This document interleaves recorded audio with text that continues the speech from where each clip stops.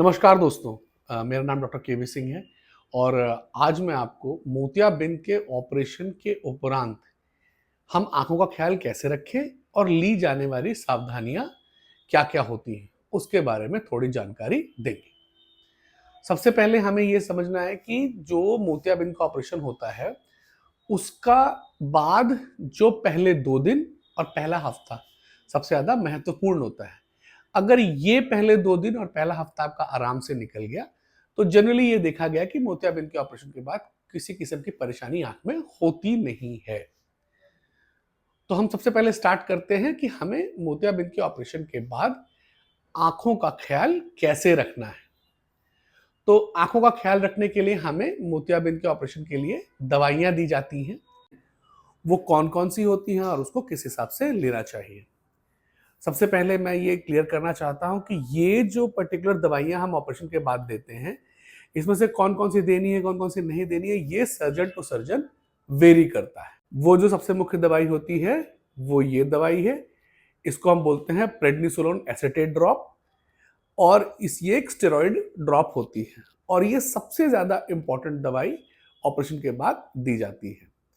इसको जनरली हम tapering dose में देना चाहते हैं। टेपरिंग डोज का मतलब होता है कि हम उसको पहले हफ्ते में हर 2 घंटे में देते हैं, यानी कि दिन भर में करीब 6 बार।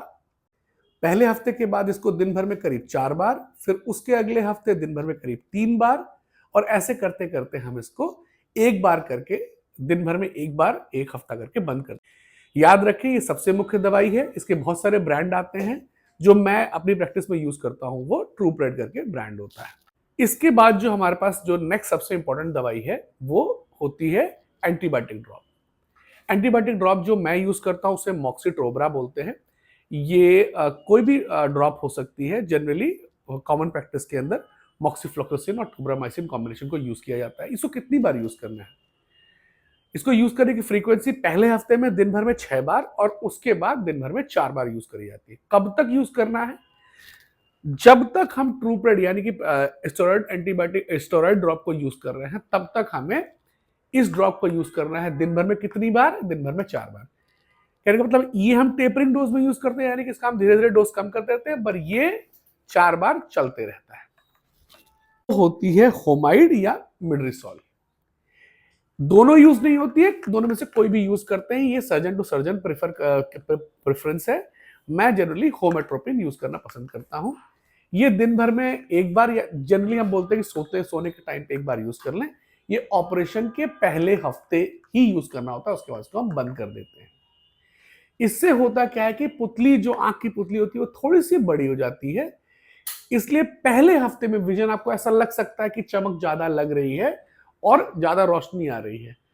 तो ये जनरली इस दवाई की वजह से होता है या सेम फंक्शन इस दवाई का भी होता है। इसके अंदर जो ड्रग होती है उसे ट्रोपिकामाइड बोलते हैं। हम इसीलिए ये बोलते हैं कि अगर आप ऑपरेशन के बाद काले चश्मे का प्रयोग करें ताकि आपको चमक की शिकायत ना हो। का नेपाफेनाक आई ड्रॉप ये एक एनएसएआईडी है। एनएसएआईडी का मतलब है कि ये आंख में जो पर्दे में आने वाली सूजन है उसको रोकता है। ये दिन भर में 3 बार यूज करी जाती है और जब तक ये एक शीशी खत्म ना हो जाए तब तक हम यूज करते हैं। डायबिटिक जो पेशेंट होते हैं हम उनको इस दवाई के ऊपर कम से कम 2 महीने के ऊपर रखते हैं सर्जरी के बाद। उसके बाद ये एक ड्रॉप है जिसे हम टीयर सब्स्टिट्यूट ड्रॉप्स बोलते हैं। ये कार्बोक्सी मिथाइल सेलुलोज भी हो सकता है और सोडियम हाइलोनेट ड्रॉप भी हो सकता है। मैं सोडियम हाइलोनेट यूज करता हूं जो कि सिमहाइलो ब्रांड नेम के नाम से आता है। ये हम दिन भर में 4 बार यूज करते हैं और ये एक ड्रॉप है जो ऑपरेशन के बाद सबसे लंबे समय तक चलाई जाती है, करीब करीब 2 महीना तक। ये आंखों के सरफेस को मेंटेन रखती है और पेशेंट को किसी भी किस्म के परेशानी से दूर रखती है। बेसिकली क्या होता है कि आंखों में एक तो ल्यूब्रिकेंट का काम करती है, दूसरा कोई भी अगर गंदगी वगैरह पड़ जाए तो ये उसको साफ करके बाहर की ओर निकाल देती है। इसको ऑपरेशन के 2 महीने के बाद हमें इस्तेमाल करना होता है। ये सारी हो गई आंखों में पड़ने वाली ड्रॉप्स। अब हम आते हैं टैबलेट्स। टैबलेट बेसिकली मुख्यतः 3 तरह की होती हैं। पहला होता है पेन किलर, वो कोई भी हो सकता है। असिक्लोपैरा करके आती है। पेन किलर अगर आपको दर्द हो तो आप खाएं, अन्यथा जरूरत नहीं पड़ती। मेरे लगभग किसी भी पेशेंट को पेन किलर दवाइयों की जरूरत नहीं पड़ती, इसलिए मैं अपने पास रखता भी नहीं हूं। बट पेन किलर हम ऑपरेशन के बाद देते हैं कि अगर आपको जरूरत पड़े, आपको लगे कि दर्द है, तो आप उसको खा सकते हैं। दूसरा ओरल एंटीबायोटिक टैबलेट। ये जो टैबलेट है ये मॉक्सीफ्लॉक्सासिन टैबलेट यूज कर सकते हैं, सिप्रोफ्लॉक्सासिन टैबलेट यूज कर सकते हैं, दोनों में से कोई भी यूज कर सकते हैं। ये एक बार खाना होता है 5 दिनों के लिए। उसके बाद फिर एक दवाई जो कुछ प्रैक्टिशनर्स देते हैं, कुछ नहीं देते हैं, वो है रेटिना के लिए दवाई, जो एरैट्स 2 फॉर्मुलेशंस पे बेस हो सकती है या नहीं हो सकती, बट रेटिना के लिए हम देते हैं, उसे हम रेटी हर्ब बोलते हैं। तो ये मैं भी प्रेस्क्राइब करता हूं, ये हम ऑपरेशन के 30 दिनों के बाद तक यूज करते हैं। ये आपकी मोतियाबिंद के बाद इस्तेमाल होने वाली सारी दवाइयां थी। दवाइयां हमारी हो गई पूरी। अब हमें समझना है कि हमें आंखों की साफ सफाई कैसे रखनी है। पहली बात ये कि आंखों की साफ सफाई हमें स्पेसिफिकली रखने की जरूरत नहीं है। हमें ये कोशिश करनी है कि अगर हम आंखों को किसी चीज से ना छुएं तो वो ही बेहतर है। और अगर हमें आंख साफ सफाई करने की जरूरत भी है तो हमें क्या करना है कि हमें एक भगोना साफ पानी लेना है और उसके अंदर साफ रुई डालनी है और उसको 10 मिनट तक पानी में उबलने के लिए छोड़ देना है। उसके बाद हम उसको आग से उतारेंगे और ठंडा होने के लिए छोड़ेंगे और इसके बाद हाथों को अच्छे से साबुन पानी से धोएंगे। फिर इस रुई को निचोड़ के आंखों को बंद करके बाहर बाहर से पलकों की सफाई करी जा सकती है। इसके अलावा आप आंखों को दबा रहे हैं और पलकों को वो करें, सब करने की जरूरत नहीं है। अगर थोड़ा मोड़ा उसके अंदर दवाई बच भी जाती है तो उससे कोई नुकसान नहीं है। अगर सफाई करने की आपको लगे रिक्वायरमेंट की बहुत ज्यादा पलकों पे दवाइयां बैठ रही हैं तो आप ऐसे कर सकते हैं, इसकी बहुत ज्यादा जरूरत नहीं है। अब आते हैं नहाने का, कि ऑपरेशन के बाद हम कितने दिनों के बाद स्नान कर सकते हैं। तो ऑपरेशन के बाद जनरली ये भी डॉक्टर टू डॉक्टर वेरी करता है। मैं जनरली पेशेंटों को ऑपरेशन के तीसरे दिन से लेकर के 1 हफ्ते के अंदर ऑपरेशन सर से स्नान करने की इजाजत दे देता हूं। उसके पहले यानी कि ऑपरेशन के अगले ही दिन से आप गले के नीचे से स्नान जरूर कर सकते हैं। बस आपको ये देखना है कि आंखों के अंदर पानी ना जाए और गले के नीचे से आप स्नान कर सकते हैं, कोई दिक्कत की बात नहीं है। ब्रश करना, दाढ़ी बनाना ये आप अगले ही दिन से कर सकते हैं। प्रिकॉशन वही सेम कि हमारे आंखों के अंदर कोई भी पानी ना जाए। अब हम आते हैं खाना। जनरली ये लोगों के अंदर भ्रांतियां होती हैं कि हमें मोतियाबिंद के ऑपरेशन के बाद मसालेदार खाना नहीं खाना चाहिए, मोतियाबिंद के ऑपरेशन के बाद हमें दूध दही का सेवन नहीं करना चाहिए, या बहुत ज़्यादा मीठा नहीं खाना चाहिए, तो इसके बारे या बहुत ज़्यादा कड़ा नहीं खाना चाहिए। तो इसके बारे में सिर्फ इतना बताना चाहूंगा कि मोतियाबिंद के ऑपरेशन के बाद आप वो सब खा सकते हैं जो कि आपकी फिजिकल कंडीशन अलाउ करती है। कहने का मतलब है अगर आपको डायबिटीज या आपको शुगर का रेस्ट्रिक्शन होता है तो आप उसके हिसाब से खाना खा सकते हैं, बट आपको कोई भी रेस्ट्रिक्शन नहीं है तो आप जैसा नॉर्मल खाना है वो आप मोतियाबिंद के ऑपरेशन के बाद खा सकते हैं। कड़ा खाना अगर हम एक रात यानी जिस दिन ऑपरेशन हुआ है उसके रात को हम अवॉइड कर लें तो बेहतर रहता है, बट बहुत हार्ड एंड फास्ट नहीं है और ये आप बड़े आराम से कर सकते हैं। खाने का बेसिकली कोई रेस्ट्रिक्शन नहीं है अगर आपको और कोई बीमारी नहीं है। शुगर वगैरह है, बीपी वगैरह है तो उसके हिसाब से आपका रेस्ट्रिक्शन जो पहले से चल रहा है वो ही चलने दिया जाता है। अब हमें यह भी पूछा जाता है कि हम किस करवट सोएं, यानी कि मान लीजिए दाहिने आंख का ऑपरेशन हुआ है तो क्या हम दाहिनी करवट सो सकते हैं। आज की डेट में जब ऑपरेशन 2.2 mm के चीरे के साथ होता है तो आप किसी भी करवट सो सकते हैं, पर बेहतर यह रहता है कि या अपने सर के पीछे टेक लगा के सोएं या जिस तरफ ऑपरेशन है उसके अपोजिट तरफ यानी उसकी दूसरी तरफ करके हम सो सकते हैं। इससे बहुत फर्क नहीं पड़ता है।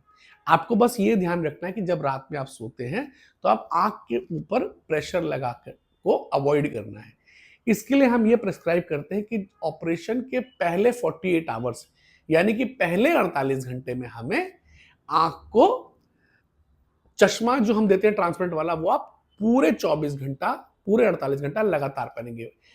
सोने के दौरान भी उसको पहनेंगे ताकि अगर मान लीजिए गलती से आंख पे हाथ आ भी गया तो उससे कोई फर्क ना पड़े।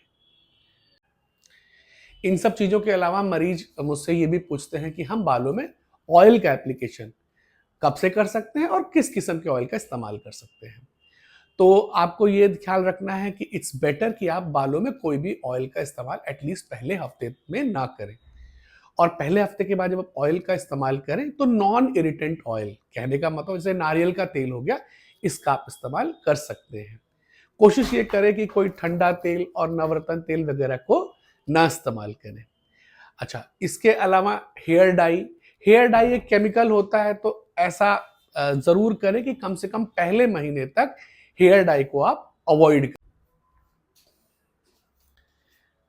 इसके अलावा हमें समझते हैं कि जिन लोगों को किसी न किसी बीमारी के लिए अगर ऑलरेडी दवाइयां चल रही हैं तो उसका क्या करना है।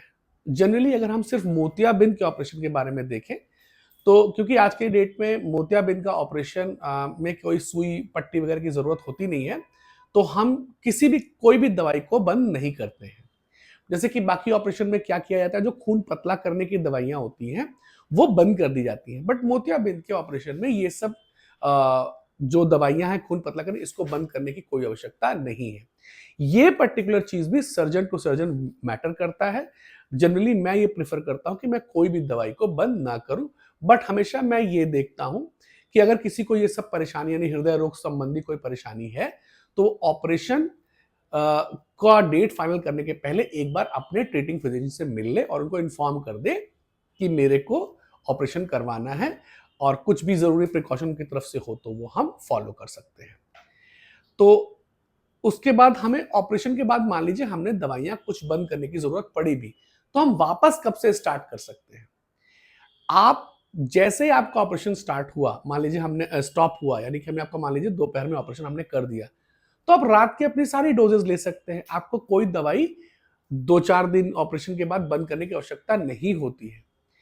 पहली बात तो बंद करने की जरूरत नहीं है, और अगर मान लीजिए आपने बंद किया भी है तो शाम उस ऑपरेशन की शाम से आप सारी की सारी दवाएं जो पहले से ले रहे हैं उसको रिज्यूम कर सकते हैं। अब हम आते हैं ट्रैवलिंग के बारे में कि हम मोतियाबिंद के ऑपरेशन के कितने दिनों के बाद ट्रैवल कर सकते हैं, और अगर मान लीजिए हम ऑफिस जाते हैं तो हम कितने दिनों के बाद हम ऑफिस वगैरह वर्क रिज्यूम कर सकते हैं। तो सबसे पहले हम आते हैं ट्रैवलिंग के बारे में। ट्रैवलिंग जनरली 3 दिनों के बाद की जा सकती है, और बेहतर यह रहता है कि आप पहले हफ्ते के बाद ट्रैवलिंग को प्लान करें और पहले हफ्ते अपने घर के अंदर रहें तो बेहतर है। और जहां तक काम करने की बात है, अच्छा ट्रैवलिंग में एक और चीज मैं बताना चाहूंगा कि अगर आप एयर ट्रैवल करें, चाहे ट्रेन से ट्रैवल करें चाहे बस से ट्रैवल करें, इससे कोई फर्क नहीं पड़ता है मोतियाबिंद के ऑपरेशन में। तो आप ट्रैवल किसी माध्यम से कर सकते हैं, पर बेहतर यह रहेगा कि आप उसको 1 हफ्ते के उपरांत प्लान करें। और फिर हम आते हैं कि अगर हमें ऑफिस जाना है, अगर हमारा सिर्फ ऑफिस का वर्क है, टेबल चेयर पे बैठना है, जैसे किसी का अकाउंट्स का काम है, तो उसको वो 3rd डे यानी ऑपरेशन के तीसरे दिन से रिज्यूम कर सकता है। बेहतर ये होता है कि वो 1 हफ्ते के लिए रुक जाए, बट अगर कोई मजबूरी है कि नहीं रुक सकते तो 3 दिनों के बाद अपना वो काम किया जा सकता है। ये हो गई हमारी ऑपरेशन के बाद की जाने वाली जो सावधानियां थी वो।